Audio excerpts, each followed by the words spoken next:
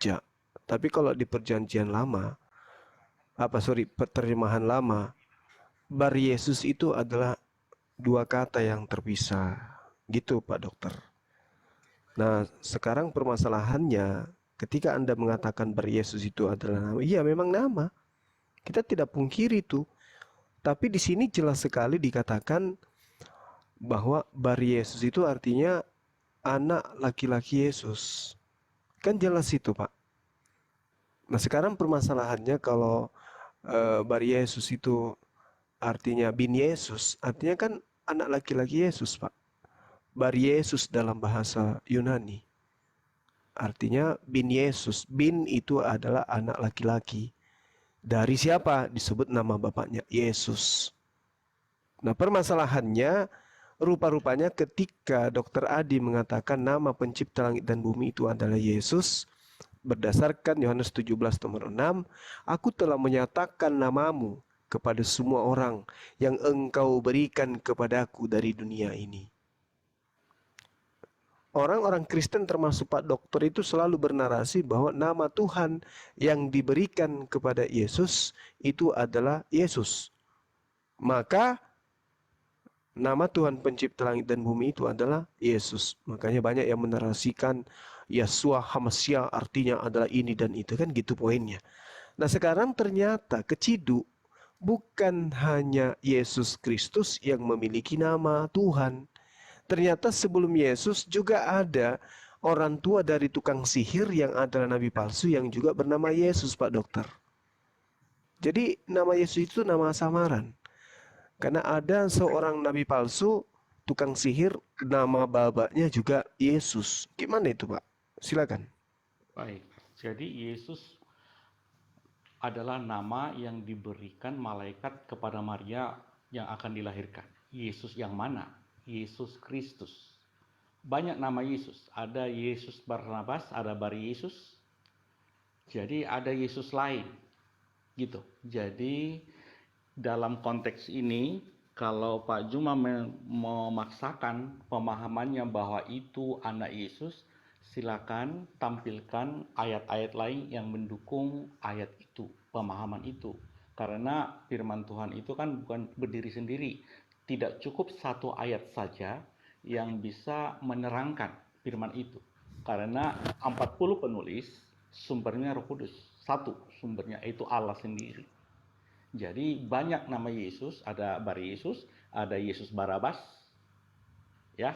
Jadi gitu Pak Juma. Jadi yang Maha Kudus itu Yesus Kristus. Demikian. Iya, jadi bagaimana data yang saya sajikan tadi yang Pak Dokter sering bawa bahwa nama Tuhan itu adalah Yesus, Yohanes 17:6. Yang 17:6 itu kan Yesus mengakui bahwa nama Bapa telah memberikan kepadanya, kepada anak. Jadi nama Bapa itu 17 ayat siapa? 11, nama Bapa itu Yesus. Nah, Yesus Kristus.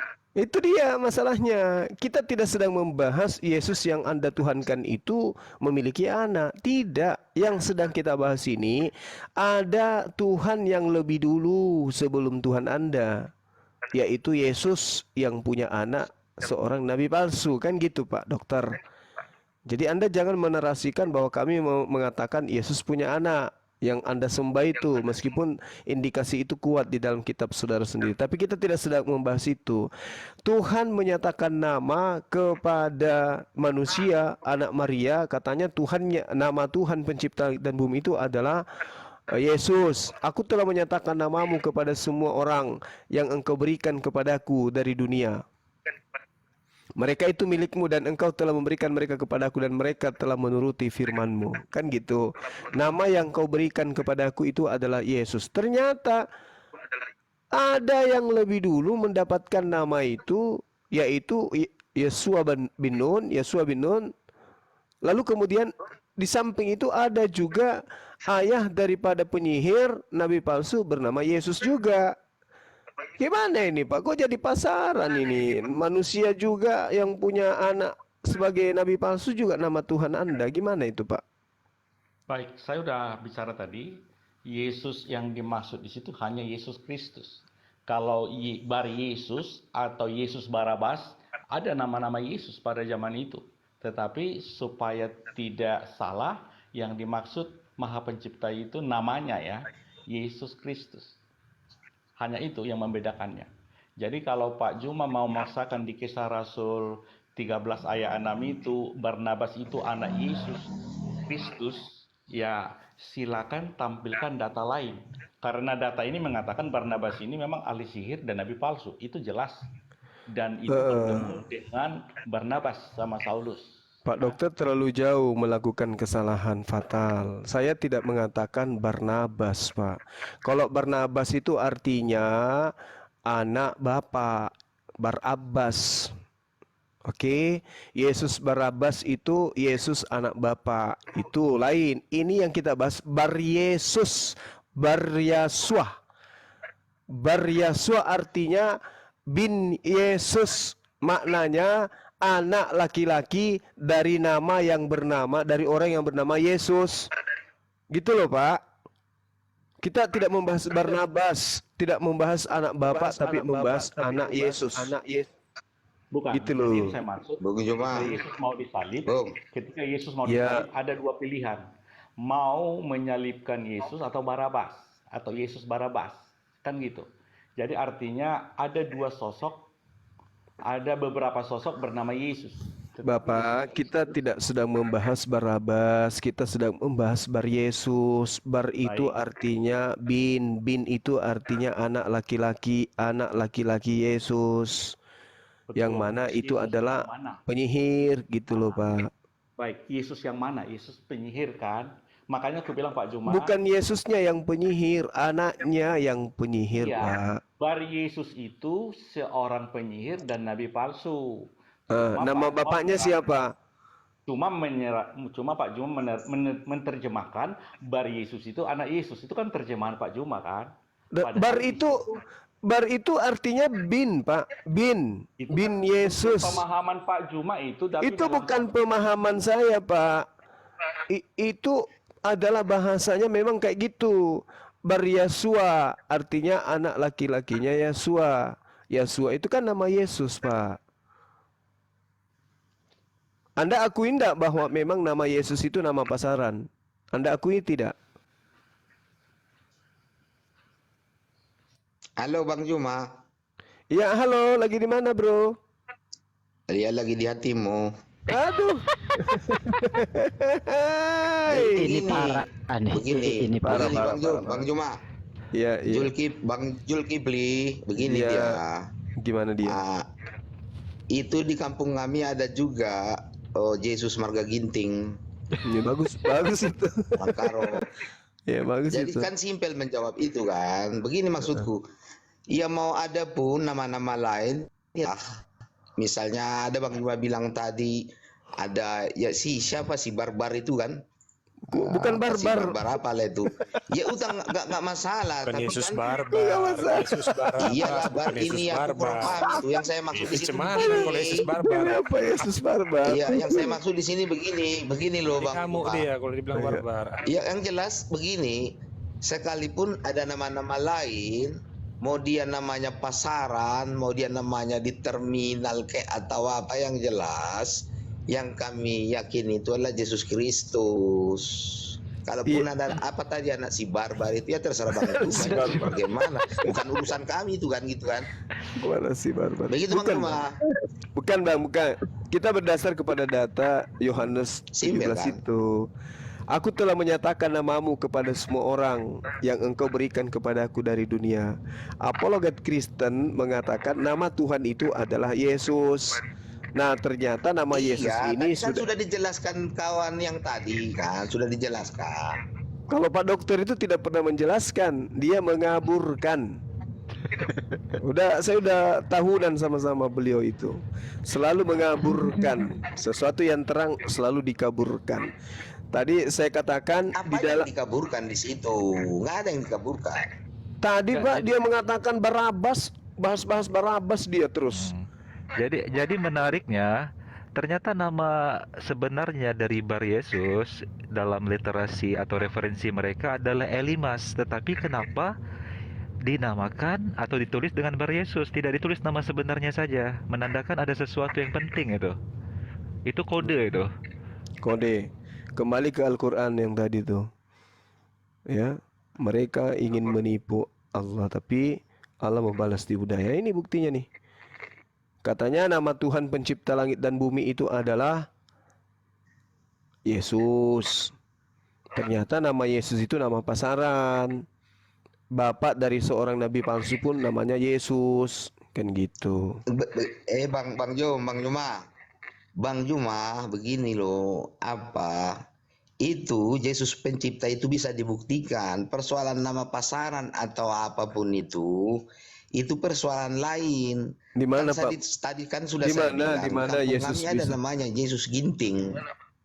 Iya, berarti adalah suatu kebohongan ketika dikatakan bahwa nama Yod-Heh-Vav-He itu adalah Yesus.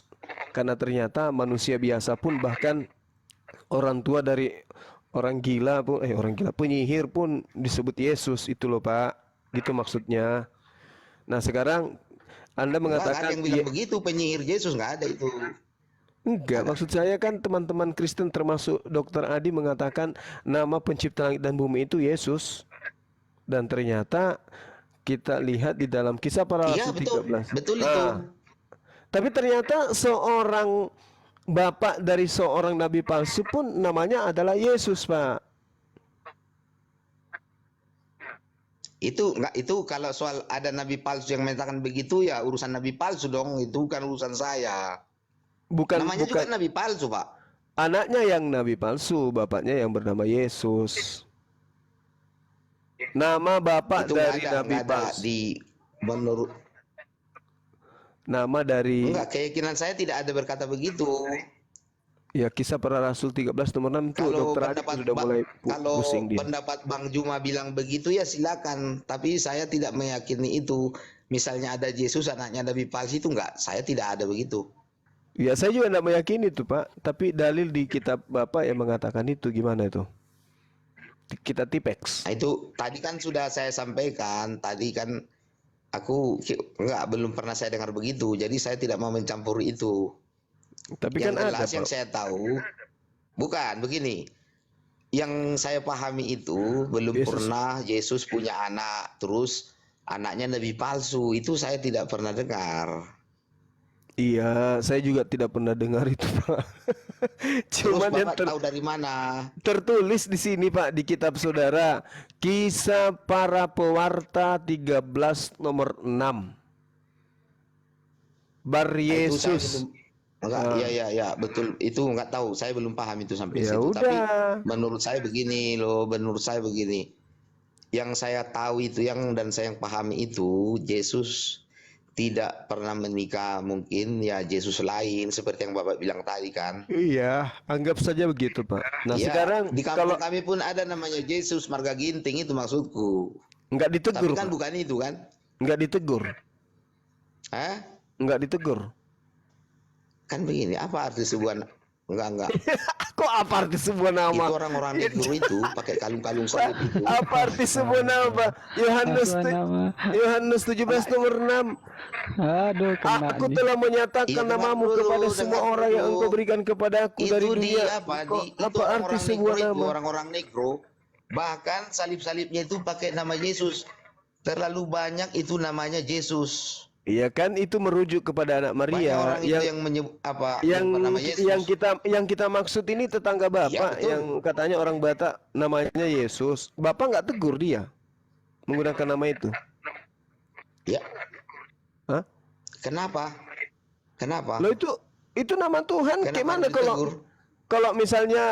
kalau misalnya dia curi ayam atau dia perkosa orang, siapa yang memperkosa? Yesus. Nah, kan itu nggak bagus, Pak. Siapa yang curi ayam? Yesus. Kan nggak bagus. Itu nggak ada dipersoalkan itu. Wah, nggak bisa. Berarti kalian nggak tidak apa-apa. menghargai, Tapi tidak kan bukan menghargai Yesus Tuhan yang- kalian. Iya, memang bukan. Tapi kok dikatakan Kenapa kenapa dihargai Yesus Marga Ginting, Pak? iya, maksudnya nama Kan Tuhan bukan Yesus Anda yang kan. tertulis di Alkitab kan?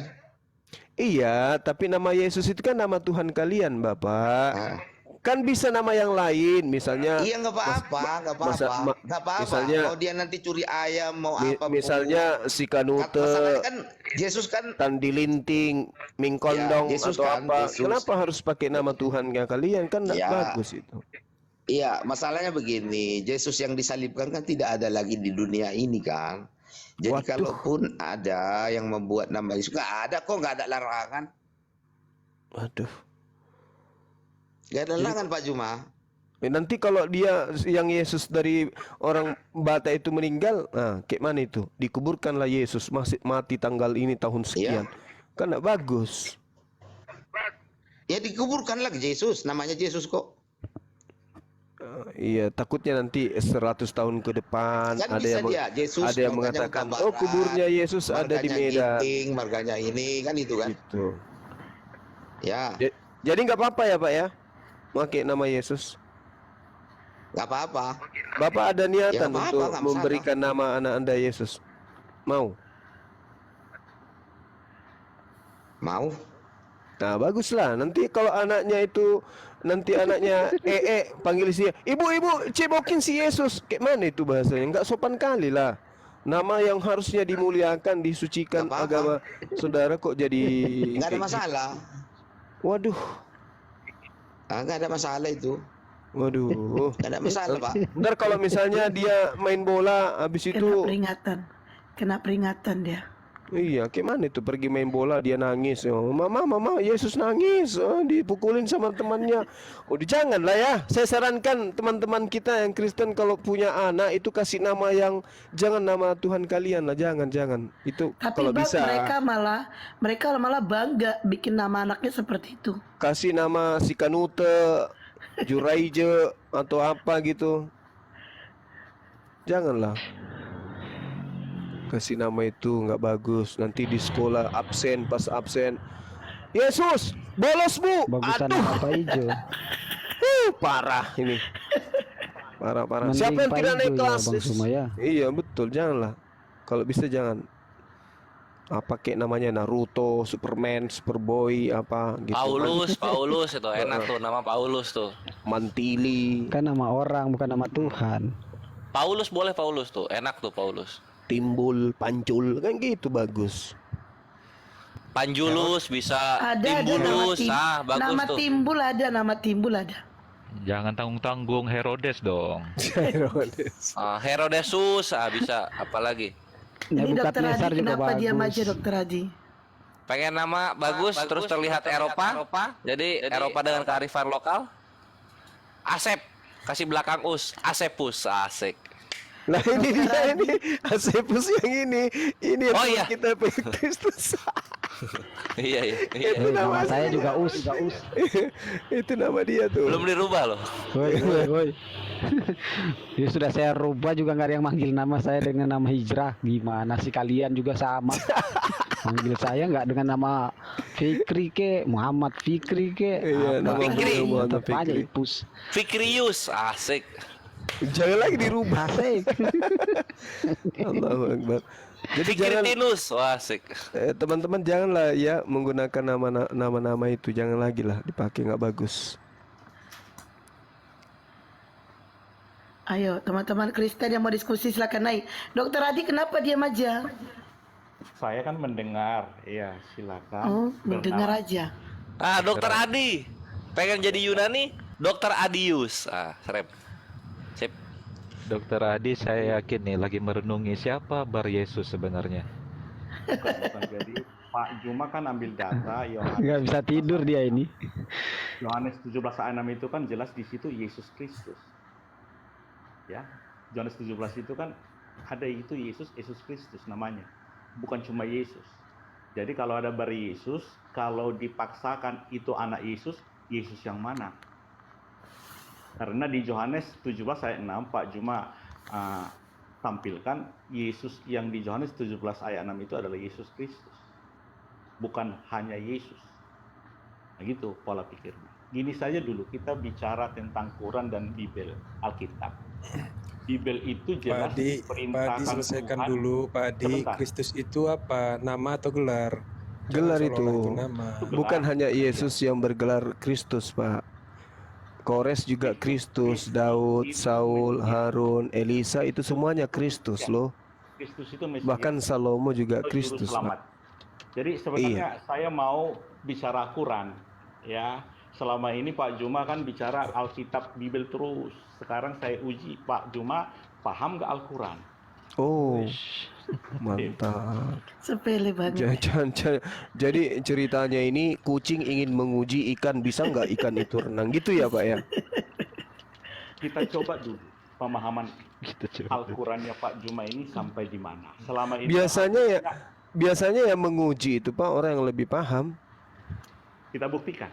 Kita Eh, buktikan. kita buktikan. Maksudnya Pak Adi, terlalu tinggi Pak bahas Quran terlalu tinggi. Pak Adi, itu Bar Yesus nama sebenarnya Elimas. Kenapa nggak ditulis saja Elimas? Kenapa harus dikatakan Bar Yesus? Kita bahas, kita baca dari awal ya tentang itu. Ya, mari kita belajar tentang itu. Tapi setelah ini aku tanya Al-Quran ya.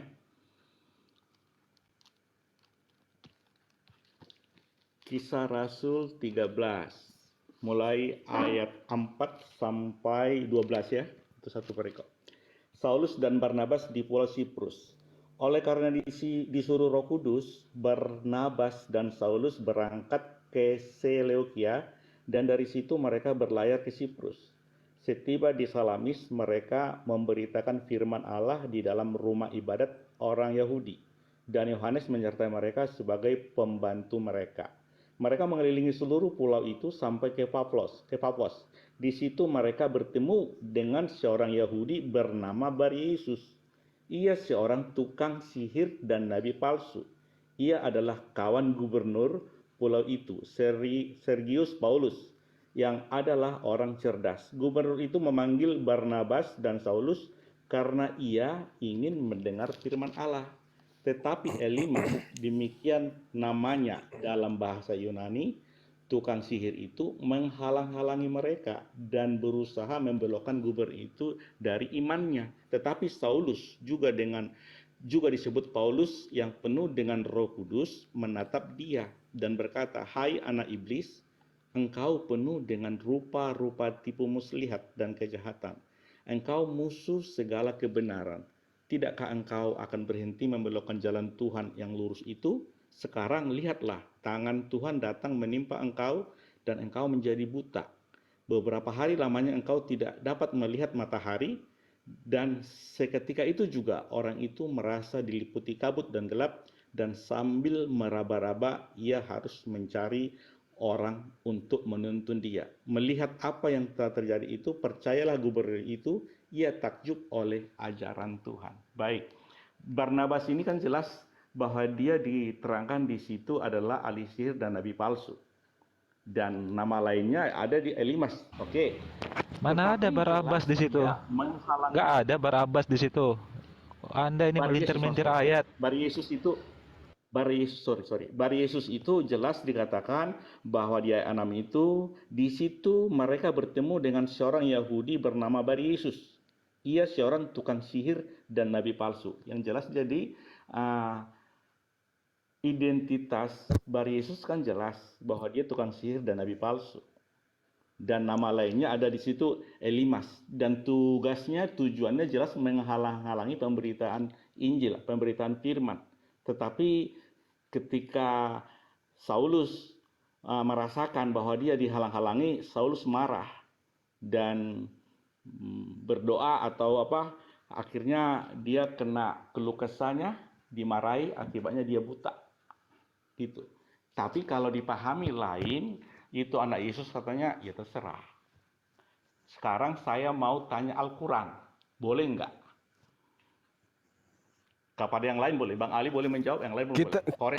Kita tanggapi dulu Pak penjelasan Bapak ini, boleh kan? Silakan. Sebelum bertanya ke Al-Quran. Ya.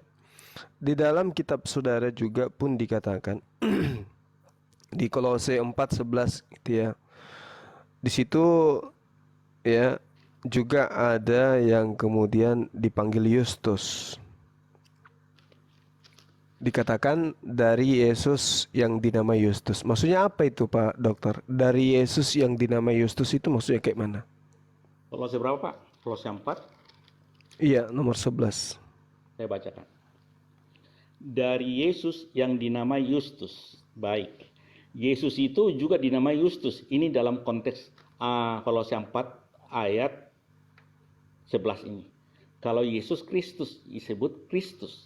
Jadi saya bilang tadi dari awal, Yesus itu banyak. Di Filipina pun banyak nama anak-anaknya Yesus. Tadi teman saya bilang ada Yesus Ginting. Saya nggak tahu apa benar apa tidak kan. Yang penting yang kalau saya tahu di Karo itu ada tomat ginting, cabai ginting, nama-nama buah-buahan ya namanya. Tapi baru tahu aku ada Yesus Ginting. Tapi nggak masalah. Itu hak prerogatif bapaknya kalau disebut nama Yesus. Tapi dalam konteks pertanyaan Pak Juma, dan dari Yesus yang dinamai Yustus.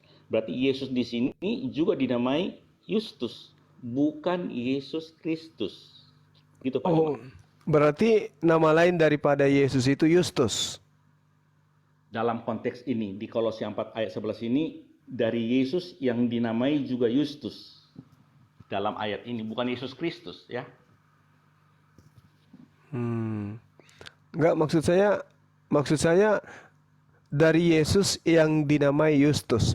Maksudnya Yesus ini nama lainnya Yustus gitu, Pak.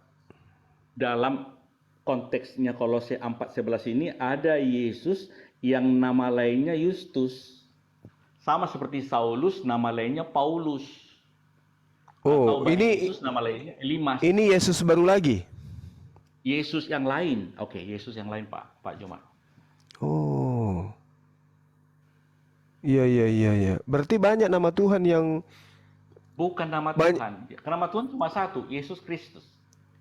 Ya. gila. Kan Kristus itu gelar, Pak. Yesusnya Kristus kan. itu Mesias. Ya, Iya, Mesias. nama Tuhannya kan Yesus, betul kan? Yesus Kristus, bukan cuma Yesus. Kalau Yesus banyak Pak. Yang membedakannya adalah Yesus Kristus. Jadi hanya satu nama Yesus Kristus. Yang nggak ada yang nama lain.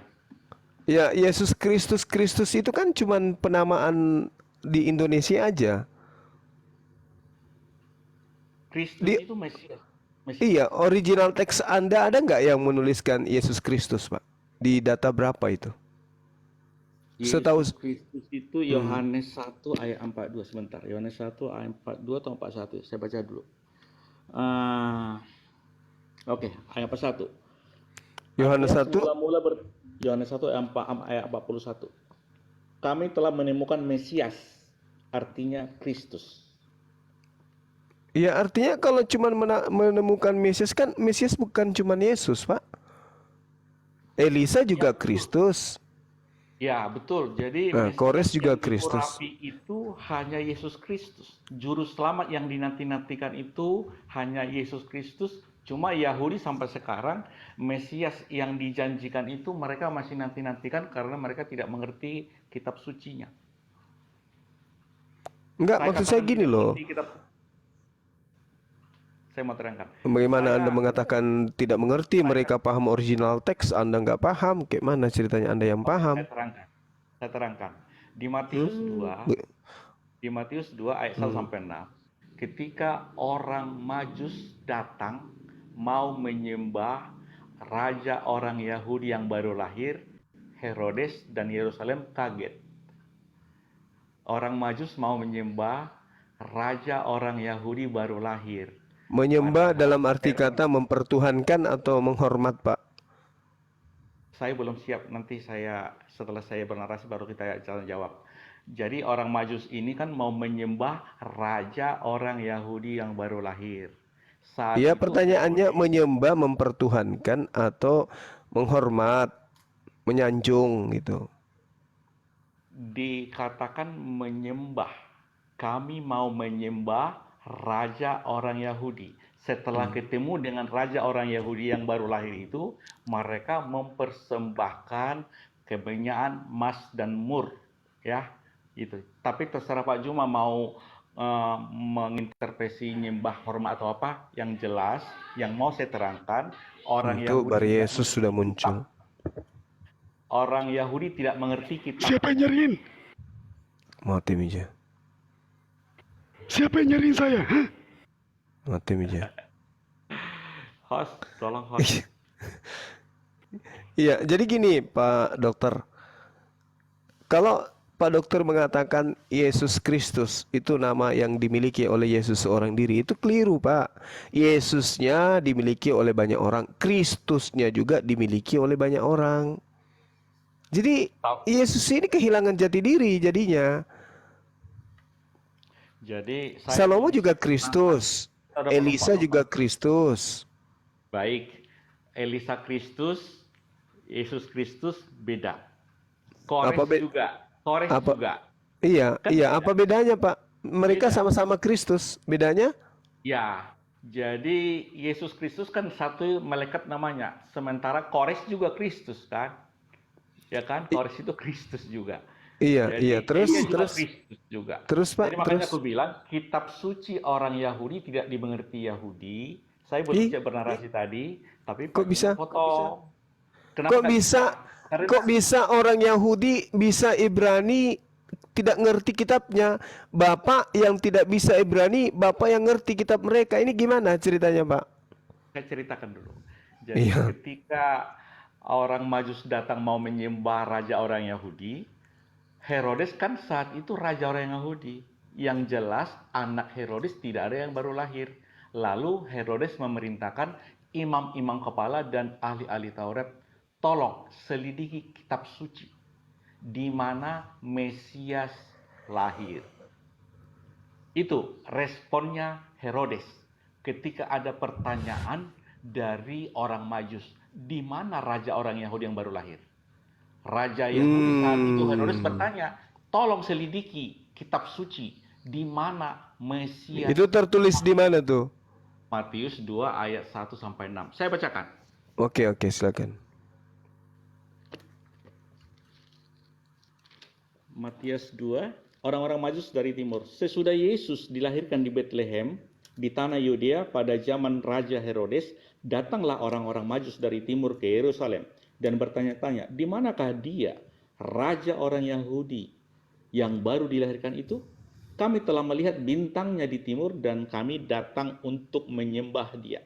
Ketika Raja Herodes mendengar hal itu, terkejutlah ia beserta seluruh Yerusalem. Maka dikumpulkannya semua imam, kepala dan ahli Taurat, bangsa Yahudi. Lalu dimintanya keterangan dari mereka, di mana Mesias akan dilahirkan. Mereka berkata kepadanya, di Bethlehem, di tanah Yudea, karena demikianlah ada tertulis dalam kitab Nabi. Dan engkau Bethlehem, tanah Yehuda, engkau sekali-kali bukanlah yang terkecil di antara mereka yang memerintah Yehuda, karena daripadamu lah akan bangkit seorang pemimpin yang akan menggembalakan umatku Israel. Artinya kitab suci yang tertulis di Mika 1 ayat 5 itu, orang itu memang mengerti secara harafiah, tetapi maknanya ketika muncul kegenapannya, ketika pemimpin itu lahir, mereka tidak tahu. Justru orang Majus lebih tahu. Karena di Mika itu yang lahir itu pada saya baca di Mika 5:1 bahwa itu sudah dinubuatkan Nabi Mika jauh-jauh hari dan itu ada di kitab suci dan mereka mau baca secara literal mereka ngerti, tetapi secara secara kegenapan mereka nggak paham. Mika 5:1, tetapi engkau, hai Bethlehem Efrata, hai yang terkecil di antara kaum-kaum Yehuda, daripadamu akan bangkit bagiku seorang yang akan memerintah Israel, yang permulanya sudah sejak purbakala, sejak dahulu kala. Kitab ini mereka mengerti secara harafiah, Pak Juma. Tetapi ketika ini digenapi, artinya ketika lahir pemimpin yang permulaannya sudah sejak zaman purbakala. Gimana Pak Bara Yesus? Silakan mau ngomong, saya akan dengar. Lanjut. Matu salah untuk itu. Gitu. Jadi Pak Juma, mereka punya kitab, mereka secara harafiah mengerti. Tetapi ketika nubuatan itu digenapi, terjadi, mereka tidak ngerti. Terbukti di Matius 2 ayat 1 sampai 6 tadi, ketika orang Majus bertanya, mana raja orang Yahudi yang baru lahir? Raja orang Yahudi saat itu Herodes bertanya kepada ahli Taurat dan imam kepala, di mana Mesias? Dia langsung respon, raja Yahudi yang baru lahir berarti Mesias. Maka ahli kitab berkata di Bethlehem Efrata. Dan kalau kita baca ini sampai ayat lain, nah Herodes berkata, nanti kalau ketemu dengan raja itu, kasih tahu sama saya biar saya menyembah dia. Nah, Herodes juga mau sujud ke situ. Itu yang saya terangkan Pak Juma, bahwa mereka tidak mengerti. Mereka mengerti secara harafiah, tapi secara kegenapan mereka tidak mengerti. Itu maksud saya.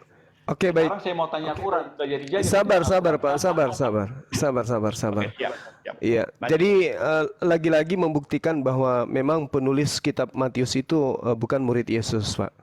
Mereka penulis-penulis kitab orang Kristen ini hanya mencocok-cocokkan, mencomot-comot satu data di dalam kitabnya orang Yahudi, lalu kemudian mereka nobatkan kepada Tuhan mereka, yaitu Yesus. Kenapa saya mengatakan demikian? Yesaya 9 gugur, gitu ya kan? Immanuel gugur. Sekarang Anda membawa lagi Mika 5.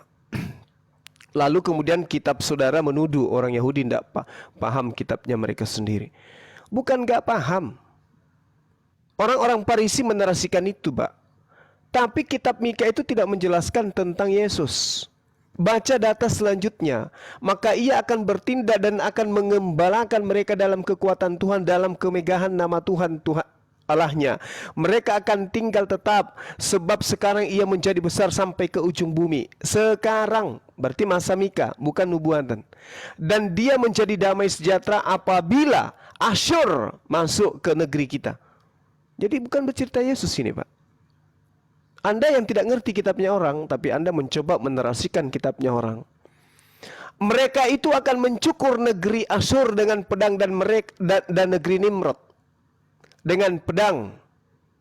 Mereka akan melepaskan kita dari Asyur apabila ia ini masuk negeri kita dan menginjak daerah kita. Apakah Yesus membebaskan Bani Israel dari tekanan orang Asyur?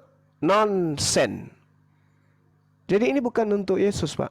Jangan kita mengambil data kitabnya orang kemudian didudukkan. Tapi nggak apa-apa, Bapak kan korban, bukan pelaku. Ini pelakunya adalah orang Farisi. Makanya Yesus mengatakan waspada kepada orang Farisi, pengajar-pengajar palsu.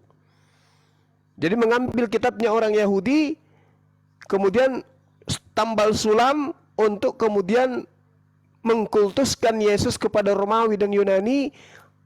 Dan kemudian Anda aminkan kitab itu. Anda nggak paham kitabnya orang.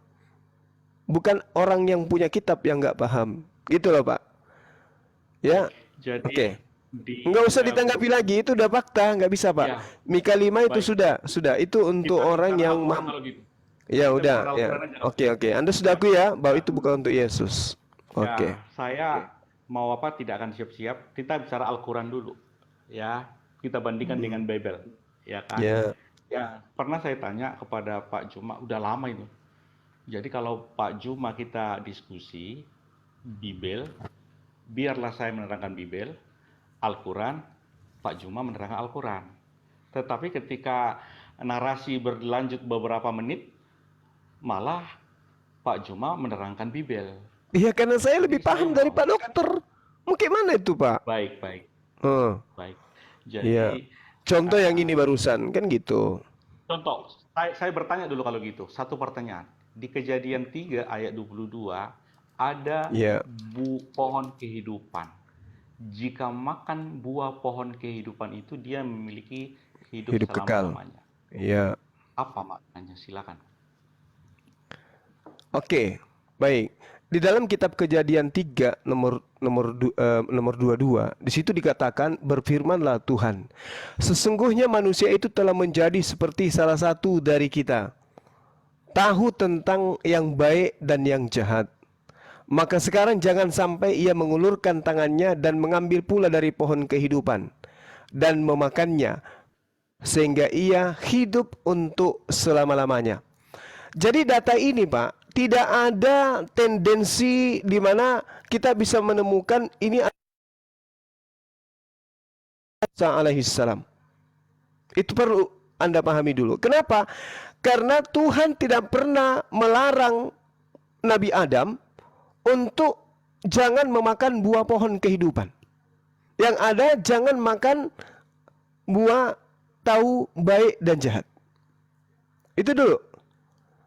Sehingga ketika dikatakan sesungguhnya manusia ini telah menjadi seperti salah satu dari kita, tahu tentang baik dan yang jahat, maka sekarang jangan sampai ia mengulurkan tangannya dan mengambil pula dari buah pohon kehidupan. Ada dua hal yang perlu Bapak pahami di sini.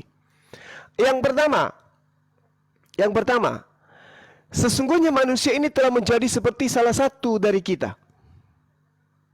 Nah, di sini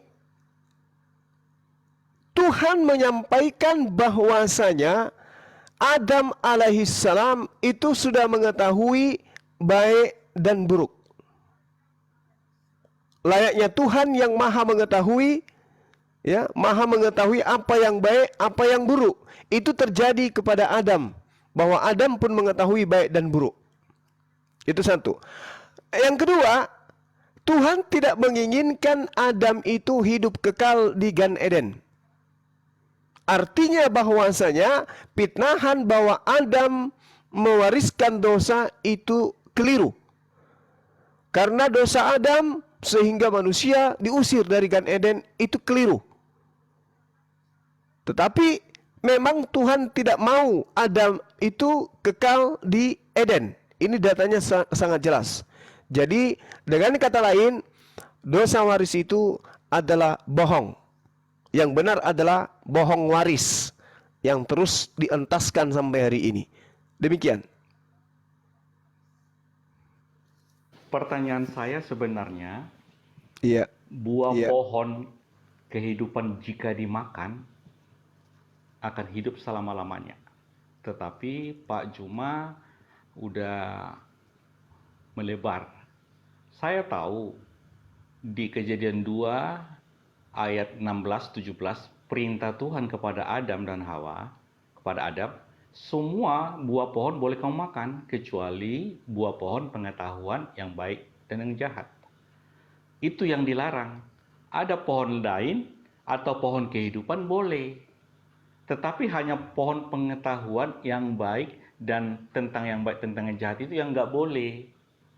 Cuma ketika buah pohon pengetahuan itu dilanggar, Tuhan berkata, kamu hari itu juga kamu akan mati, ya kan?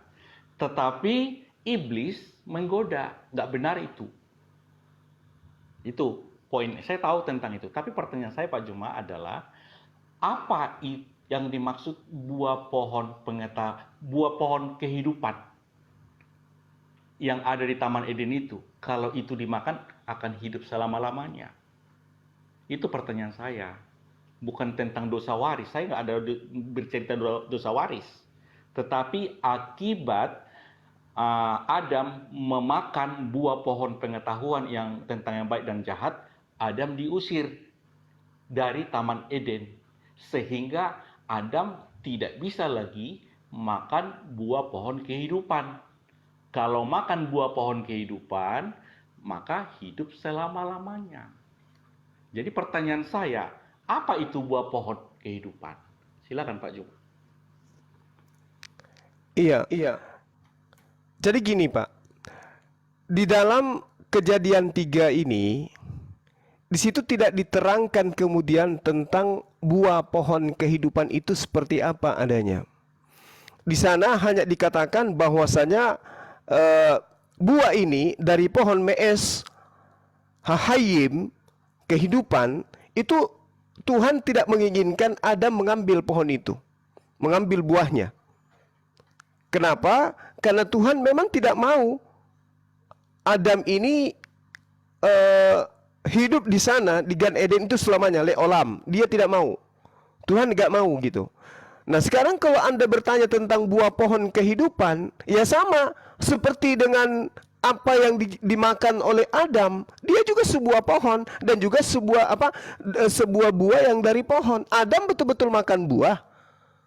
Beliau mengulurkan tangannya mengambil buah baik dan buruk lalu memakannya. Begitu juga pohon kehidupan. Ini cerminan dari kitab saudara ya, kitab Yahudi yang Anda gunakan.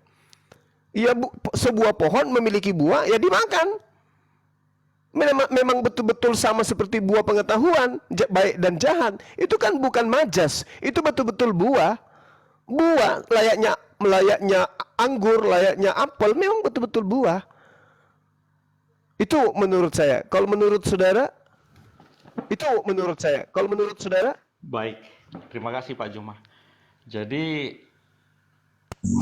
yang saya pahami di Wahyu 22, saya bacakan ya, ayat 1-2. Lalu ia menunjuk kepadaku sungai air kehidupan yang jernih bagaikan kristal dan mengalir keluar dari tahta Allah dan tahta anak domba itu. Di tengah-tengah jalan kota itu, yaitu di seberang menyeberang sungai itu, ada pohon-pohon kehidupan yang berbuah 12 kali, tiap-tiap bulan sekali. Dan daun pohon-pohon itu dipakai untuk menyembuhkan bangsa-bangsa. Di ayat 14, berbahagialah mereka yang membasuh jubahnya, mereka akan memperoleh hak atas pohon-pohon kehidupan dan masuk melalui pintu-pintu gerbang ke dalam kota itu. Jadi Pak Juma, kalau di Kejadian 3 ayat 22 sebelumnya itu, Tuhan tidak mau Adam memakan buah pohon kehidupan itu karena Adam melanggar perintah Tuhan di Kejadian 2 ayat 16-17. Karena perintah Tuhan jangan makan buah pohon pengetahuan yang baik dan yang jahat, tetapi dilanggar, akibatnya Adam dihukum tidak boleh memakan buah pohon kehidupan itu. Karena kalau dia makan buah pohon kehidupan itu, dia hidup kekal. Dan buah pohon kehidupan itu ada di Wahyu 22 ayat 2 dan 14. Dan itu nanti akan diberikan kepada 144 orang yang telah dimeteraikan dan kepada sejumlah bangsa, sejumlah orang yang tak terhitung jumlahnya dari seluruh bangsa, kaum, dan bahasa. Tentang pohon kehidupan, Bapak bilang itu pohon fisik. Itu pemahaman Bapak. Dan saya tidak akan menyalahkan pemahaman Bapak itu. Karena Bapak tidak mengimani itu.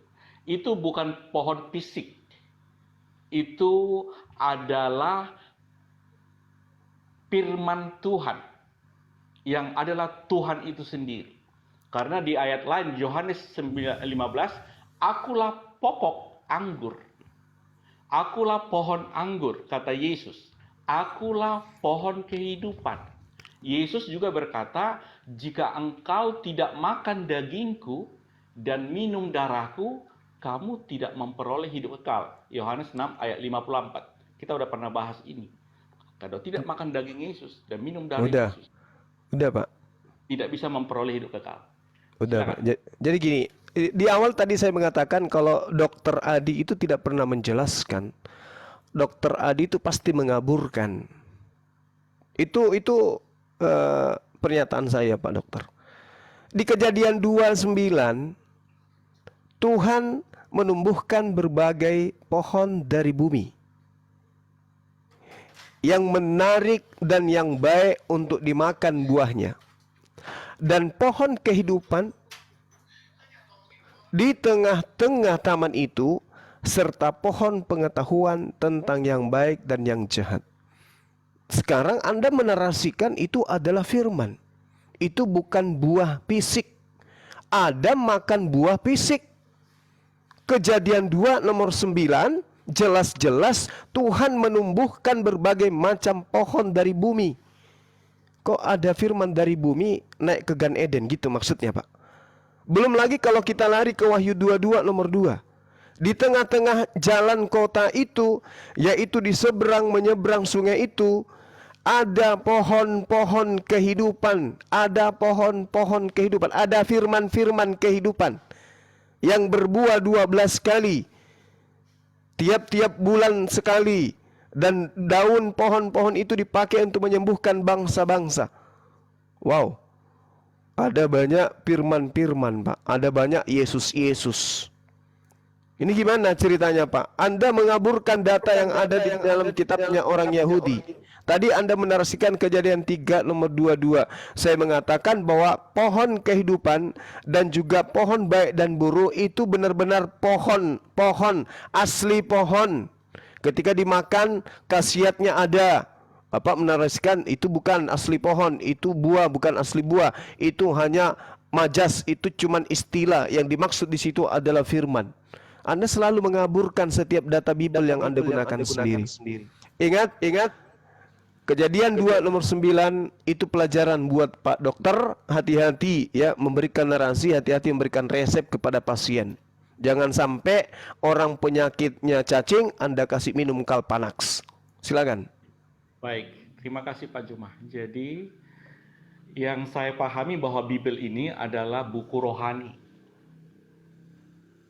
Ya, buku rohani. Jadi ada arti harafiah, ada arti rohaninya. Buah pohon pengetahuan yang baik dan jahat adalah firman yang tercampur dengan dusta.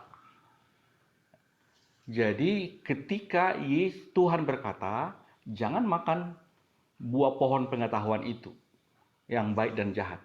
Kalau hanya buah pengetahuan yang baik, boleh. Tapi jangan dicampur dengan yang jahat. Jadi kebenaran yang dicampur dengan dusta, itulah yang membuat mati rohani. Hari itu kamu akan mati. Ya, jadi secara fisik memang itu ceritanya secara fisik. Makanya ketika 5.000 orang makan 2 roti, 5 ikan, orang berbondong-bondong ikut Yesus. Ketika Yesus, tubuhku adalah makanan, dagingku makanan, darahku minuman. 5.000 orang itu murtad. Mereka bilang kanibal. Mereka nggak ikut Yesus lagi. Jadi Pak Juma, secara fisik memang itu pohon. Tetapi secara rohani beda. Mana ada buah pohon pengetahuan yang baik dengan yang jahat. Itu tercampur kebenaran dengan dusta. Dustanya iblis. Ya. Jadi ketika dusta itu mereka mati rohani sehingga mereka terusir. Makanya kalau mau masuk ke sorga lagi harus dilahirkan kembali dari firman Tuhan. Ya, lahir kembali. Itu Pak Juma. Kalau Pak Juma bilang mengaburkan nggak ada masalah. Ya, silakan Pak Juma. Pak Dokter. Jadi saya katakan sekali lagi bahwasanya di dalam kitab yang digunakan oleh orang Yahudi ya, memang betul-betul Adam itu makan buah, Pak. Bukan buah rohani, tapi betul buah. Jadi ketika Pak Dokter bertanya kepada saya dalam Kejadian 3:22, buah pohon kehidupan itu apa? Ya buah. Buah pohon, Pak. Jadi kalau Anda mengatakan itu hal sifatnya rohani, enggak. Coba kita lihat sekarang. Anak-anak itu menjadi cerdas karena ada vitamin tertentu yang mereka minum. Itu gambarannya itu sudah sangat jelas itu. Begitu juga orang yang sakit. Ada obat yang dia minum, sembuh dari sakit. Kehidupannya menjadi berlangsung. Itu logika sederhananya kayak gitu, Pak. Jadi buah yang dimaksud berdasarkan kitab yang digunakan oleh orang Yahudi dalam bentuk Septuaginta Anda gunakan juga dalam bahasa Indonesia. Kejadian 2 nomor 9 jelas di situ ada buah pohon jahat dan baik dan jahat, dan buah pohon pengetahuan tentang hidup yang kekal. Itu jelas itu. Narasi yang Anda bangun kemudian mengaburkan kitabnya orang Yahudi dengan mengatakan buah yang dimaksud di sini adalah firman. Artinya ketika Adam makan firman, wah berarti yang dimakan Yesus gitu. Kena lagi bapakku. Baik, jadi istilah makan, Yesus pernah berkata, makananku adalah melakukan kehendak Bapakku. Ya, makan artinya melakukan firman, melakukan kehendak Bapa. Bukan makan jasmani, Pak Juma. Jadi kita harus memahami secara rohani, makan maksudnya apa. Jadi di kitab Wahyu 22 ayat 2 dan 14 itu ada juga pohon kehidupan yang berbuah sekali sebulan, 12 kali 1 tahun. Jadi siapa yang berkuasa atas pohon-pohon itu, artinya berkuasa bisa memakan buah itu, akan memperoleh hidup selama-lamanya. Jadi Yesus berkata, makananku melakukan kehendak Bapa. Kan sering Pak Juma mengatakan itu. Kata-kata Yesus itu. Tetapi kata Yesus makananku melakukan. Saya bacakan Yohanes 4 ayat 34 ya. Kata Yesus kepada mereka, makananku ialah melakukan kehendak Dia yang mengutus aku dan menyelesaikan pekerjaannya. Itu kata Yesus. Akulah pohon anggur, akulah pohon kehidupan, kata Yesus. Jadi Pak Juma, yang Bapak pahami, 4 tahun yang lalu kita sudah kenalan ya. Ya terus terang, saya beruntung bersyukur ketemu sama Pak Juma. Saya waktu itu emosi, tapi saya nggak tahu menjawab apa. Karena Bapak lebih pintar berkata-kata. Dan saya bersyukur saya bisa belajar untuk mengerti dan memahami. Dan inilah kita ketemu. Makanya nanti kita bicara Al-Quran. Nah, oke, next time lah Al-Quran itu. Saya hanya bertanya, bukan mengajari. Sekarang aja sini. Pak Juma menggurui. Oke, sekarang aja tentang Quran ya. Pertanyaan saya satu, Pak Kores. Tadi Guruna udah beres belum Guruna? Udah. Masuk aja. Gimana ya Pak Kores ini? Ya, karena Pak dokter larinya kemana-mana, firman ke Yesus soal makananku dan seterusnya. Udah, lanjut. Kita bicara dulu Bibelkah itu firman Tuhan atau Al-Quran, kan gitu. Ya. Jadi saya sudah beberapa kali di grup bertanya tentang itu. Dan pertanyaan itu akan saya tanya lagi. Udah pernah saya tanya ke Pak Kores, kalau nggak salah. Dan Pak Juma juga sudah. Salah berarti. Karena gue nggak pernah ngerasa. Atau gue lupa ya. Jangan dirasa-rasa. Lanjut aja lah. Oke, pertanyaan saya adalah, Bibel itu ditulis atas perintah Tuhan kepada para nabi. Datanya tertulis di Keluaran 17 ayat 14. Firman Tuhan datang kepada Musa. Tuliskanlah firman ini dalam sebuah kitab. Jadi ada perintah Tuhan kepada Musa. Supaya Musa menulis firman dalam sebuah kitab. Yeremia 30 ayat 1-2. Firman Tuhan datang kepada Yeremia. Tuliskanlah firman itu dalam sebuah kitab. Ada perintah. Dan Yesus berkata, jika kamu percaya kepada Musa, Musa menulis tentang aku. Lalu di Lukas 24 ayat 27, semua tulisan tentang aku yang ditulis oleh Musa dan para nabi harus kugenapi.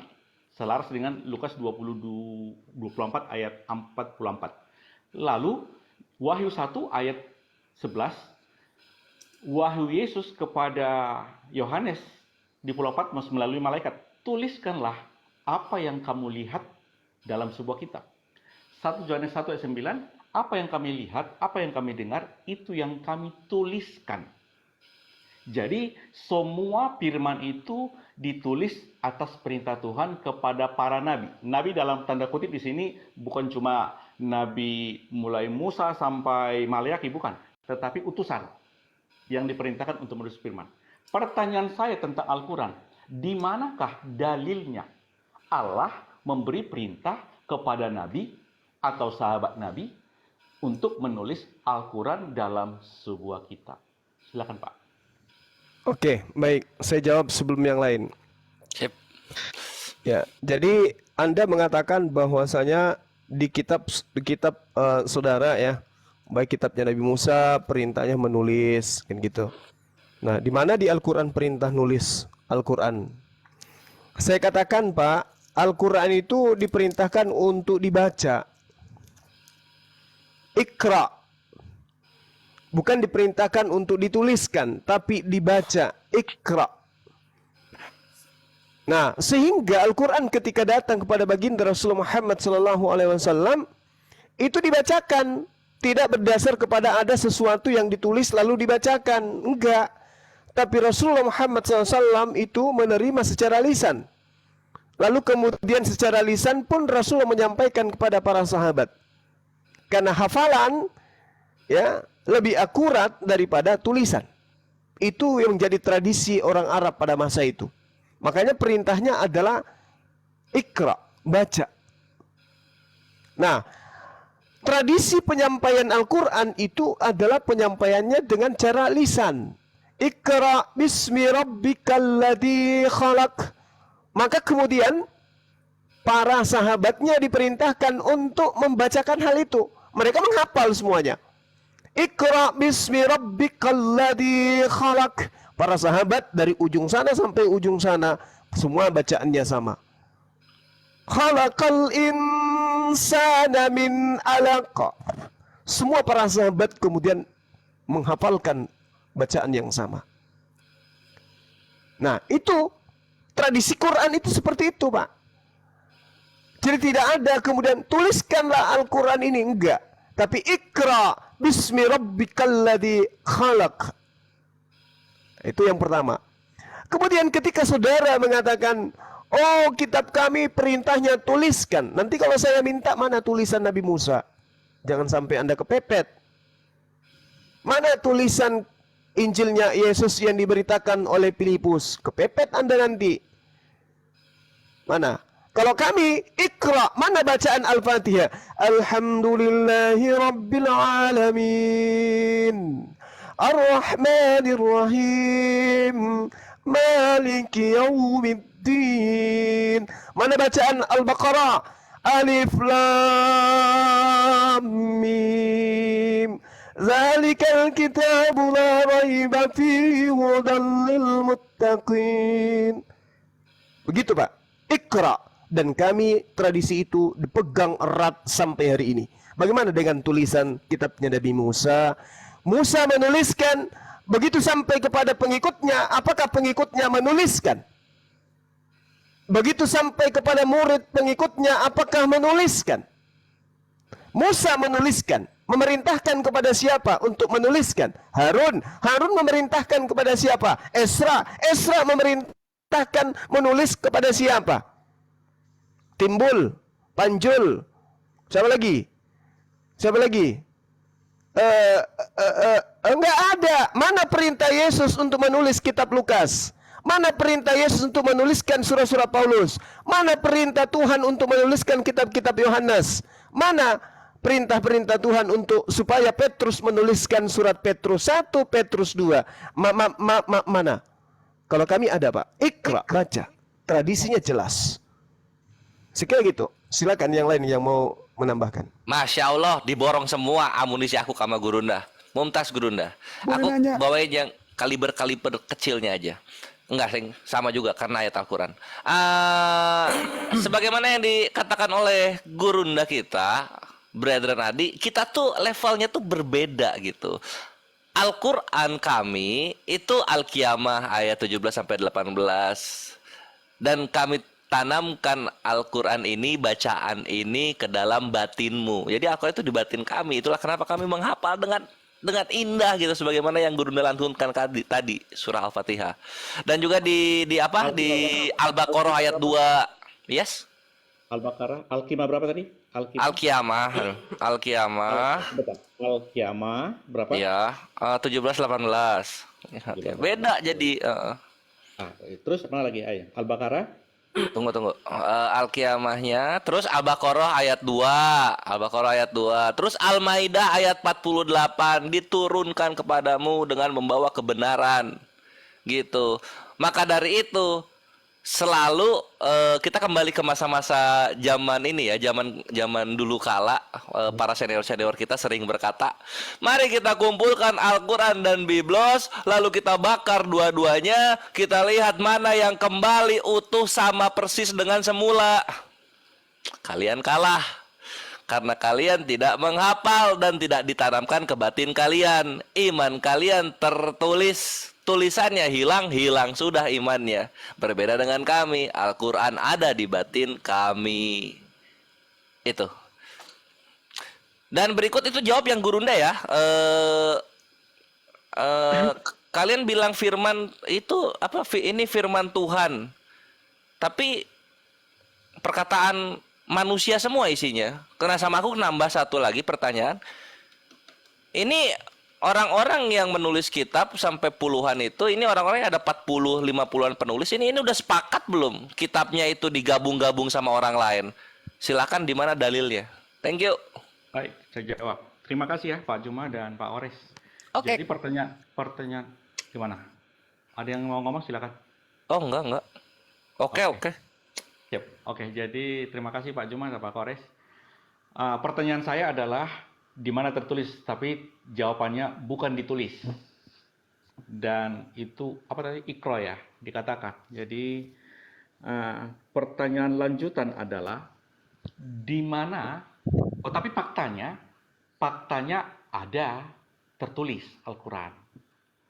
Ternyata itu udah terjawab diskusi saya beberapa waktu yang lalu bahwa itu dari hafalan, baru Nabi memerintahkan supaya sahabat menulis. Oke, jadi yang saya tanya tadi, Tuhan langsung tidak ada memberi perintah untuk menulis, tetapi hafalan.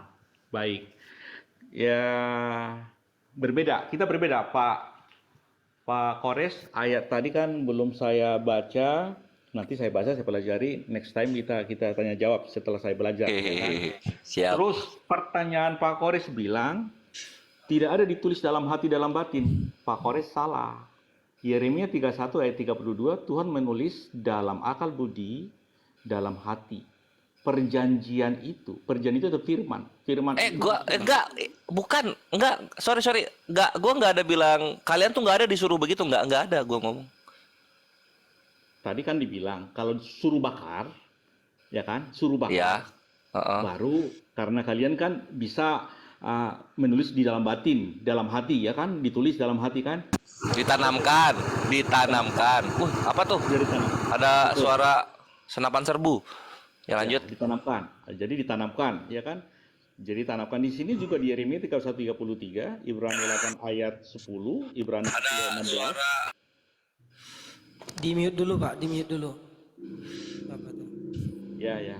Baterai saya Senapan serbu. tinggal 26 baterai saya. Oke. Jadi di Yeremia 31 ayat 33, Ibrani 10 ayat Ibrani 8 ayat 8, Ibrani 10 ayat 16 itu intinya ada Tuhan menulis firman-Nya di dalam hati, itu dalam hati dan akal budi atau pikiran. Ya, ditulis. Ya, makanya di Wahyu 7 ayat 4 itu yang termeterai maksudnya yang hafal firman itu. Yeremia berapa tadi?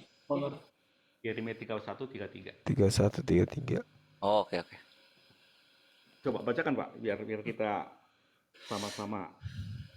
Tetapi beginilah perjanjian yang kuadakan dengan kaum Israel sesudah waktu itu. Demikianlah firman Tuhan, aku akan menaruh Tauratku dalam batin mereka dan menuliskannya dalam hati mereka. Maka aku akan menjadi ilah mereka dan mereka menjadi umatku. Weh, aku kan ada temennya nih Taurat.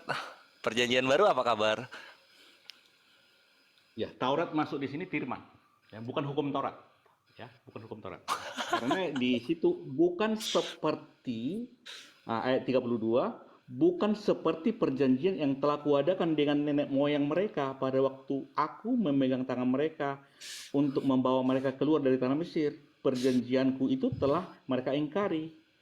Meskipun aku menjadi Tuhan, ya, itu kan Tuhan itu Tuhan juga yang berkuasa atas mereka, demikian firman Tuhan. Jadi ada perjanjian baru yang bukan seperti perjanjian lama. Jadi Taurat di sini Pak Kores bukan hukum Taurat. Bukan seperti perjanjian yang pertama. Ya.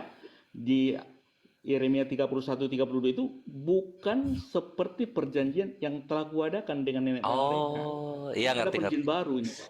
Jadi perjanjian baru yang berbahasa Yunani gitu kan? Ya. Bukan. Oh, bukan yang itu. PL. Bukan ya. Bukan PL. Oh. Perjanjian baru, perjanjian lama, bukan PB, bukan. Ya. Jadi itu Pak Kores. Jadi Loh iya, kalau kayak gitu kan Brother Adi posisinya jadinya kan tidak kembali seperti semula dong, iya nggak? Al-Quran kan ada perjanjian baru karena perjanjian lama itu kan sudah bercacat. Ya, Ibrani 8. Oh, aduh, buset jahat.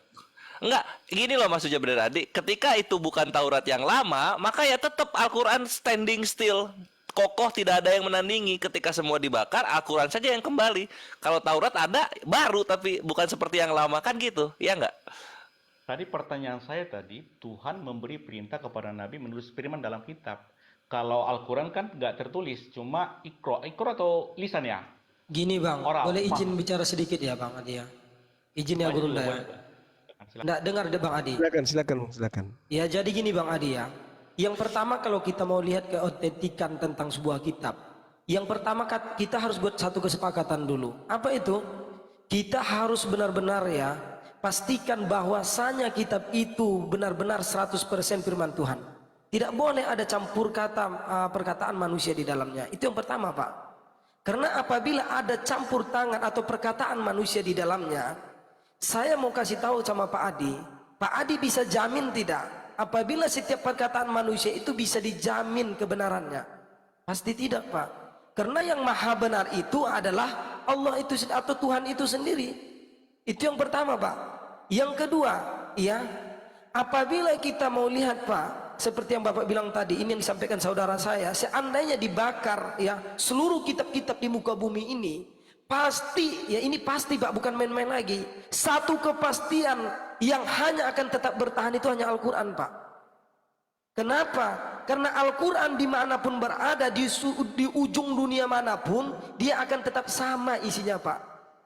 Bapak bilang tadi keluarkan data yang mengatakan Alkitab itu juga dihafal gitulah ya tadi ya, ditulis dalam hati gitu loh. Tapi faktanya, apakah ada orang Kristen yang benar-benar hafal oleh kitab itu sendiri? Sementara sudah banyak perubahan dari zaman ke zaman tentang Alkitab ini. Seandainya pun ada yang bisa menghafal, Pak, itu udah ngawur. Karena apa? Hari ini dia hafal, besok itu udah lain lagi gitu loh. Kenapa selalu ada revisi gitu? Ya Pak ya, jadi kalau memang Bapak betul-betul ingin lihat tentang Alkitab ini mau diuji tentang kesuciannya, mari kita uji. Saya senang seperti ini, Pak, gitu loh. Karena saya bisa pastikan Alkitab nggak akan bertahan lama, Pak. Gitu. Yang pertama saja ya nanti tantangannya, buktikan bahwasanya Alkitab itu benar-benar 100% firman Tuhan. Oke, sekian dan terima kasih. Baik, terima kasih. Ada yang lain lagi? Ya, jadi Dok, nggak bisa dibawa Yeremia 31 itu ya, karena Tauratnya berbeda gitu. Al-Quran tetap nggak ada yang menandingi. Apa tadi Ibrani berapa berikutnya? Ibrani 8 ayat 10, Ibrani 10 ayat 16. Ibrani 8, 10. Kita cek satu-satu ya. Ya, ini kita namanya audit ini. Audit data Ibrani 8, 10.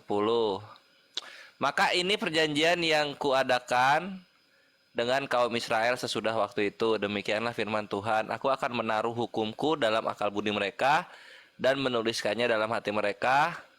Oh, ini mah sama dong. Itu mah yang tadi itu. Tauratnya kan berbeda ya. Berbeda. Mana satu lagi? Mulai ayat 7 coba. Mulai ayat 7 mulai.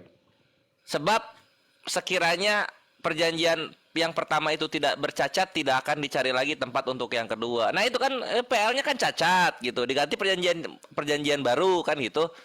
Ya beda dong. Al-Quran kan tadi tantangannya dibakar semua, akan kembali seperti sedia kala Al-Quran gitu. Kenapa? Karena Allah menanamkan Al-Quran itu kepada batin orang-orang yang beriman gitu loh.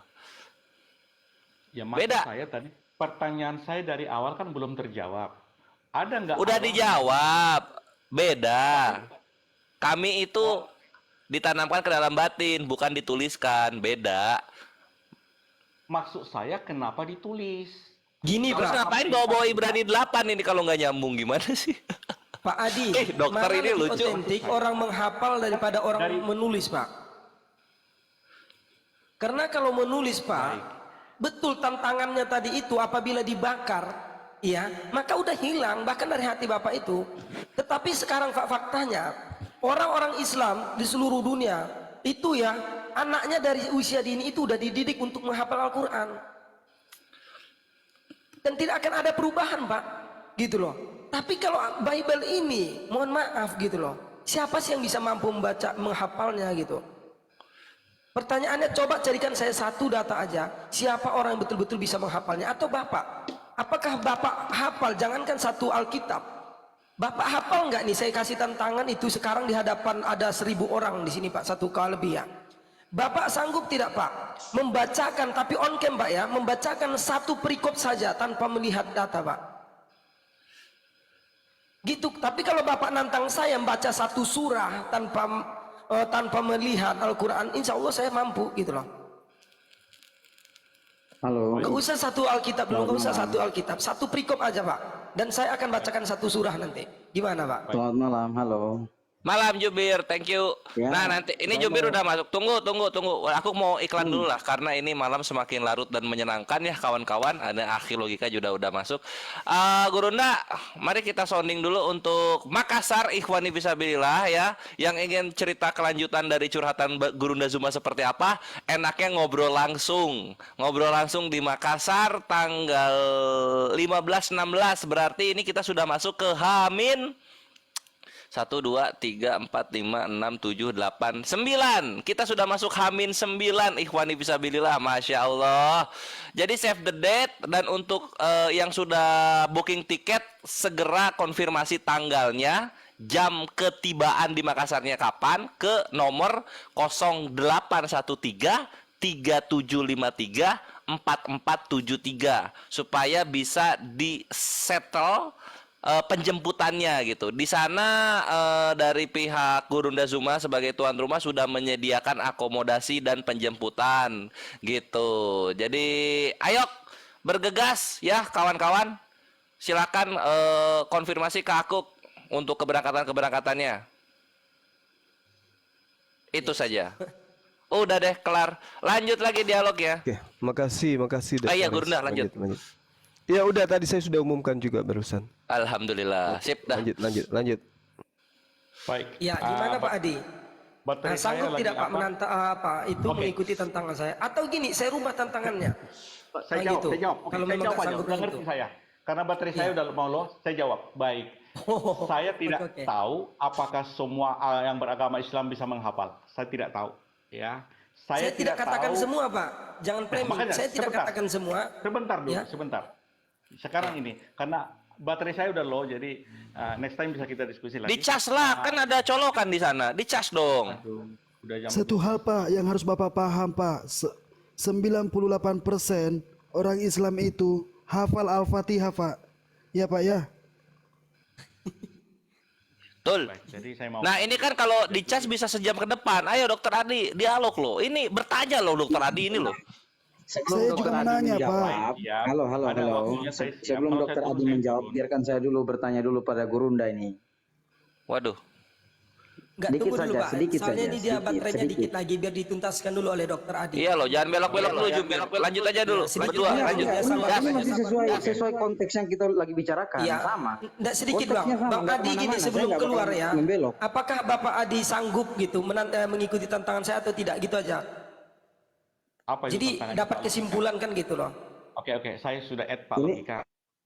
Jadi terima kasih Pak Logika. Jadi ini yang saya jawab gini, hanya 144.000 yang termeterai itulah yang bisa menghafal firman dan melakukan. Itulah yang termeterai dalam hati dan pikirannya nanti. Ya itu yang Bapak nggak Berarti nyambung sekarang nggak Pak. ada lagi yang bisa menghafal ya. Jangankan satu Bible, satu perikop aja nggak ada yang mampu ya Pak ya. Sebentar, saya belum siap ngomong ya. Oke, Kalau saya lanjut. katakan Islam semua bisa menghafal, terserah. Saya nggak bantah itu, ya. Bagus. Ya, mau Fakta saya pula. nggak- Kenyataan Pak, fakta Pak, fakta. Jangan dibantah, fakta soalnya. Apa yang mau dibantah? Oke, apakah yang di grup ini semua hafal semua Al-Quran? Insya Allah Pak, Bapak mau apa Pak? Iya. Bapak mau dengar saya bacakan? Insya Allah akan saya Bapak, bacakan Pak. saya Baik, bacain apa baik. Pak? Sebentar, saya tanya dulu.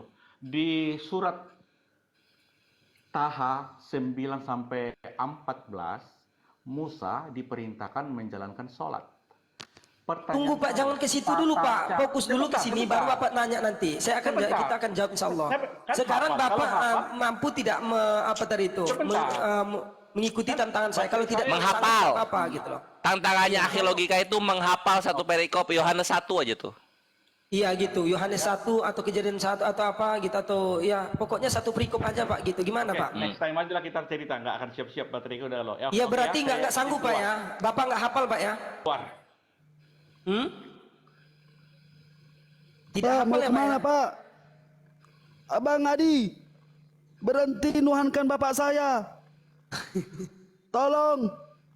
Ya berarti Pak Adi nggak Kalau saya sanggup bisa Pak ya lanjut, gitu. Jadi kalau Bapak mau bicara tentang kesucian Al-Quran. Hanya kitab suci yang benar-benar suci lah yang akan bisa kita hafal, Pak. Karena apa? Konsep dalam Islam itu sudah jelas. Apabila kita baca satu huruf saja dalam Al-Quran, maka akan Allah balas dengan 10 kebaikan. Dan kita Amin. percaya dan iman kepada itu, gitu loh. Amin. Sehingga setiap bacaan kita tadi, kita semangat terus. Ya harus tahu itu, Pak, ya gitu. Rasulullah tidak katakan alif lam mim itu adalah satu huruf, tapi alif satu huruf, lam satu huruf, mim satu huruf.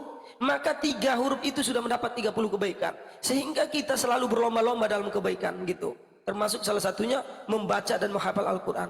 Oke, sekian dan terima kasih. Orangnya pun udah keluar gitu. Saya kembalikan kepada moderator. Oke. Ya silakan Jubir. Pargoy. Aduh, Jubir, dari tadi mau ditanya apa mau nanya? Sedikit aja. Mau Boleh. ditanya apa mau nanya? Jubir, Iya. saya mau nanya boleh? Lah saya mau nanya situ mau nanya juga gimana sih? Enggak, coba aku nanya dulu. Jubir nanya belajar atau nanya ngajak debat tuh? Jujur. Ya pasti diskusi lah. Diskusi ya udah. Oke. Kalau mau saya nanya boleh? Saya suka banget tuh dengan orang yang mengatakan dia hafal Al-Quran. Sedangkan Al-Quran itu ada 6.666 ayat. Wah, Masya luar Allah. biasa. Banyak Alhamdulillah. itu. Bapak mau Luar biasa dengerin? banget. Saya angkat jempol 100, bukan jempol 2 lagi, tapi 100. Wah, Luar biasa. Jemporoh yang diangkat itu. Ya itu Jujur wajib, kalau saya Pak, pribadi, gitu loh. Karena sebagai manusia Kristen biasa, jangankan saya satu nggak sanggup Alkitab, hafal ayat-ayat satu Alkitab. perikop pun itu nggak sanggup, Pak, gitu loh. Iya, saya nggak sanggup. Saya jujur, saya nggak Ya. sanggup. Saya nggak sanggup. Betul, Kalau saya pribadi, gitu. saya jujur, saya nggak sanggup. Kenapa Tapi- tidak sanggup? Karena apa? Karena Yang Bapak tidak ada menuhankan di- Bapak saya. Iya, Makanya sabar berhenti dulu. menuhankan Bapak saya, Pak. Santai, Bapak Pak. saya kena santai. salah, Pak. Santai, brother. Disakiti Santai, di tiang brother. salib, Pak. Betul.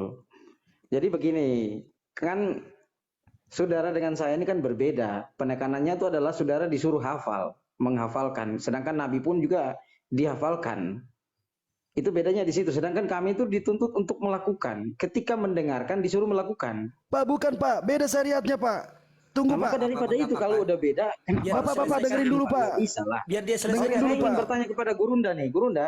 Sebentar, Gurunda lagi istirahat. Aduh. Itu ini Bir, Membaca, Jubir. mendengarkan dan menghafal itu beda-beda, Bir. Pak. Saya Kalau lu Semua melakukan, pahala, kenapa Gurunda. Saya gua nggak melihat melakukan Kristen Gurunda. ketika berdoa mukul-mukul diri seperti di Lukas 18? Ya udahlah, itu nanti next kita bahas itu. Maksudnya saya Oh, ya, saya oke lah, pengen kalau Gurunda. gitu, Saya susah pengen- ya. Saya pengen bertanya kepada Oke. Gurunda. Gurunda masih aktif? Halo. Langkahi dulu Bapak. mayat muridnya, Bang. Halo Gurunda. Gurunda, ada yang mau Bapak. bayar utang? Ini murid-muridnya, Pak. Bapak langkahi dulu murid-muridnya, baru ke Gurunda, Pak. Oh, Pak. Gurunda, Dalam syariat ini Islam itu ada yang mau cicilan? Iya, Pak, ya.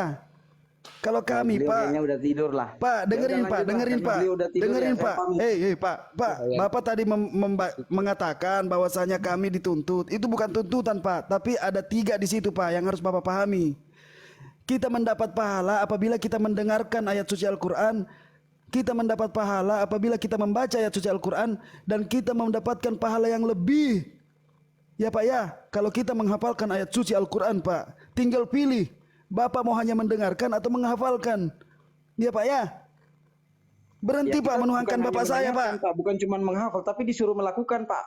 Kalau kita Ya, tuh iya kan, tidak Pak. Itu hanya beda, disuruh Pak. hafal, Perintah itu sholat saya yang bisa saya- 100. Yang Tapi saya kita sebutkan, disuruh melakukan gitu. yang saya Jadi sebutkan kira kalau 3 hanya ini, modal, Pak. modal hafal, tapi pelaksanaannya nggak ada, ya sama Pak. aja dengan nol, Pak. Kami Ya, Bapak disuruh sholat, kami sholat. Nanti saya tantang Bapak loh. Bapak apakah Iya, sudah itu kan menuruti segala sebagian, perintah yang ada dalam Pak, Bible? Sebagian. Apa Bapak Yakin, Pak? berani jamin? Bahkan kalian Begini, dengarkan. Pak, logika. Justru logika, kalian tahan itu dulu, tahan dulu. pengikut Paulus, bukan pengikut Yesus, Pak. Tahan Saya dulu, bisa tahan buktikan dulu. itu. Nggak usah ke sana, nggak usah ke sana. Justru Kita ini bernarasi adalah sesuai perintah, logika Pak. aja, gitu loh. Kita bernarasi Waduh. masih di dasar, nggak usah ke Paulus, nggak usah ke sana, nggak usah ke penulis. Karena Santai, Anda kita di sini mengatakan dulu. kami tidak Kita mengikuti di sini perintah. dulu. Brother, Kalian pergi Iya, kalian sebentar. dulu. Sebentar, Bang Santai. Logika. Biarkan, Kita tuh biarkan. penekanannya dulu, Bang. adalah disuruh mendengarkan, membaca, mendengarkan, lalu melakukan.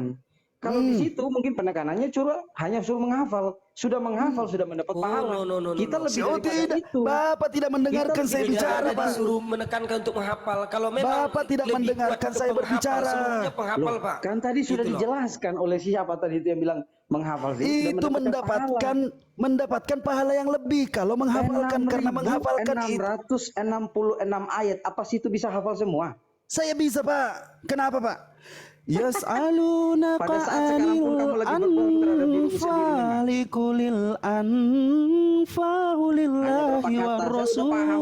Itu cuma rasul. modal-modal hafal 1-2 kata seperti itu, biasa. Coba, yang tadi yang saya bacakan, Bang Logika, itu surah apa, Bang Logika? Udah sama dia aja saya tanyakan Bang, dia tahu nggak itu gitu loh. Karena Coba. menurut dia 666 ayat itu terlalu 6.660 ayat itu menurut dia itu terlalu banyak, Pak. Dia Tidak nggak mungkin tahu kamu bisa banyak hafal. anak-anak di sana penghafal Quran, habis Quran itu Anak-anak bukan cuma mana? hafal Quran, Yang hafal mana? Quran Anak-anak dia. siapa? Nggak usah sebut Tetapi anak-anak dia mana. hafal aduh makanya Tidak Pak, usah sebut sekarang anak zaman ini. Kita sudah di canggih, sini, Pak. di sini di dalam room sini. Tidak usah sana A'udzu sini. billahi minasyaitonir rajim. Nggak nyampe 20 kata Ar-Rahman itu. 10 ayat. Bismillahirrahmanirrahim. Sekarang silakan Pak. Bapak mau saya bacakan surah apa Pak? Ar-Rahman Saya tantang baca dari awal sampai akhir. Allamal Quran. Yakin kamu mau dengerin Pak? Saya siap dengarkan sampai pagi. Saya siap dengarkan sampai pagi. Allamahul bayan. Oke. Makanya Pak saya tantang ya gini. Enggak, karena guru udah Makanya tidur, tadi saya juga tantang pamit. Pak, jangankan satu Al-Quran Pak atau satu Alkitab. Sekarang saya tantang satu perikop aja gitu loh. Kami satu Saya surah. sudah bilang tadi, saya tidak sanggup. Saya sudah mengatakan dari Ya awal. sudah, kalau Saya satu sudah perikop mengatakan dari saja Anda awal. tidak sanggup, gimana bisa Anda sanggup satu Alkitab? Kalau kita Tapi satu saya surah, sanggup melakukannya, banyak itu Pak, saja. surah-surah yang bisa kita hafal. Saya Gitu. sanggup melakukannya. Walaupun saya tidak sanggup hafal, tapi saya sanggup melakukannya. Apa yang Anda lakukan? Coba tunjukkan apa yang Anda lakukan Pak. Dengan cara berbicara jujur. Sekarang saya tanyakan, apabila Al-Quran tidak ada, apabila Alkitab tidak ada di Anda hadapan tidak Anda, apakah jujur Anda dari bisa tadi. bacakan Anda Alkitab itu? mengatakan bahwa Anda menghafal 6.666 ayat. Anda sudah Makanya berbohong. Pak dari Anda awal tidak itu melakukan Anda apa harus yang tertulis dalam kitab suci segarkan Anda. dulu itu Pak, adalah masalah penipuan. otak Anda itu Anda gitu loh. menipu diri Anda sendiri dan menipu Tuhan Anda sendiri. Siapa yang menipu? Aduh. 6.666 ayat. Apakah Anda bisa hafal dalam malam ini? Jangan berbohong. Anda tahu brother. nggak Ada manusia di bumi ini butuh 991 orang proses menonton. dan kita Anda tahu berbohong proses terhadap itu. diri sendiri. Udah ngaco ini apanya nih? Jangankan Ngaco di satu mana? Al-Quran, kalau Anda saya tantang satu perikop aja, nah bisa hafal nggak? Kalau saya bisa bilang hafal saya satu tidak bisa surah, hafal, tapi saya bisa baca. saya Tapi hafal satu surah berbeda ini dengan bisa Nabi saya Anda. hafal Nabi untuk Anda saat tidak bisa ini. baca. Kalau Anda tuntut saya untuk menghafal satu surah, saya bisa hafal satu surah malam ini. Tapi Satu Anda surah hafal nggak satu doang. perikop? Ini ada 6.666 ayat. Baca semua Makanya itu kalau apakah memang Anda Anda hidup hebat. hanya untuk satu hari? Saya tanyakan kepada Anda. Bahkan Anda yang nantang Anda hidup orang hanya dari untuk tadi. satu hari. Sebentar. Anda nantang orang. Bang Logika, Anda juga sebentar. mempertanggungjawabkan Sebentar, Bang tantangan Logika. Anda. Iya bang. Sebentar. Inti yang Bapak ingin tanyakan apa sih, Pak? Dia maksa Enggak, kita itu untuk hafal beda. Saya Al-Quran dengan dalam satu malam bang. beda. Itu intinya. Bang. Sebentar. Apa, Pak? Bapak maunya apa, Pak? Enggak, saya mau bertanya sama Gurunda, bukan sama sampean.